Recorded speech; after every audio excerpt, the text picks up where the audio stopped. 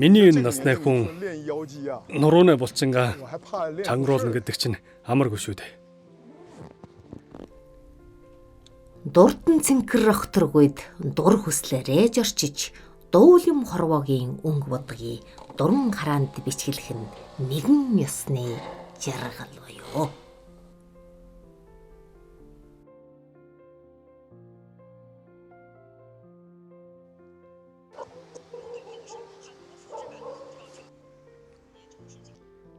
Одоо би 6 жургийн машин аваад гарна.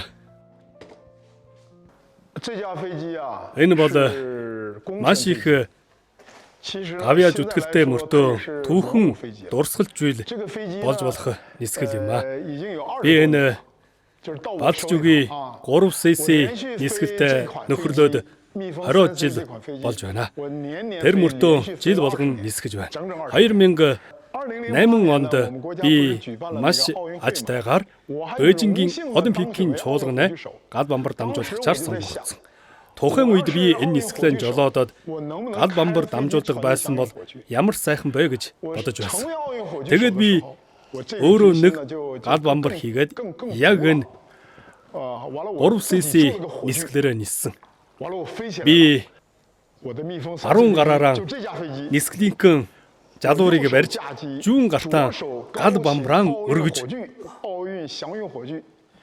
эхэлж нисгээс гажирдах хүртэл өргөөд байсан шүү дээ. Өнөөдөр жаахан салхитай байна.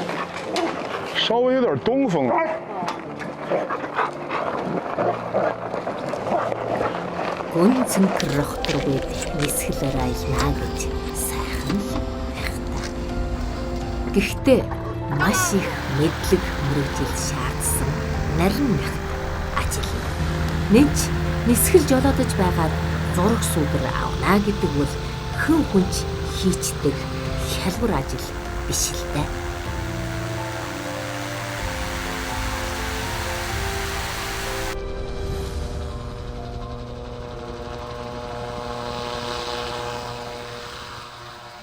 Би энэ нисгэлэн жолоодод хатан голын Лони ваныг сүдэрлэхээр оцсон. Гэтэл санаанаас гадуур бас нэгэн өн гүжимж бүрдсэн гайхалтай тохойг олж хараад сүдэр татсан юм. Тухайн үед би энэ гайхалтай тохойг хатан голын тэрүүн тохой гэж нэрлэсэн. Харж ирээд 6 нарилах харсан чинь яг л арга билгийн 2 жагс шиг харагдсан болохоор би тэр газрыг дахиад хатан голын толгот тохой гэж нэрлэсэн. Тэрнээс хойш хатан голын толгот тохой нь олон хүмүүсийн зорж хүрдэг аялал жуулчлалын алдартай газар болжээ. Яг энэ хатан голын толгот тохойг сүудрлж бараад гажирдах үед санаандгүй хэмжил гарсан. Миний нисгэл суурж би бас хүнд шаргацсан. Гэхдээ би үхсэнгүй. Ийм их эндэлд амьд үлднэ гэж ховор шүү дээ. Хатан гол ээж намайг ивэжээ гэж би дандаа боддоо. Хожим нь би бас олон удаа ниссэн. Хатан гол ээжийн ивэлэр нисэг болгон амар мэнд газарсан.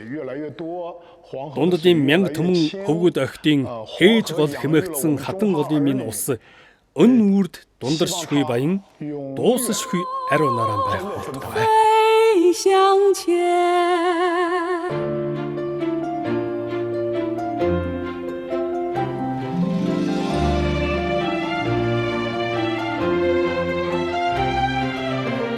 我爱祖国的蓝天，晴空万里，阳光灿烂，白云为我铺大道，东风送我飞向前。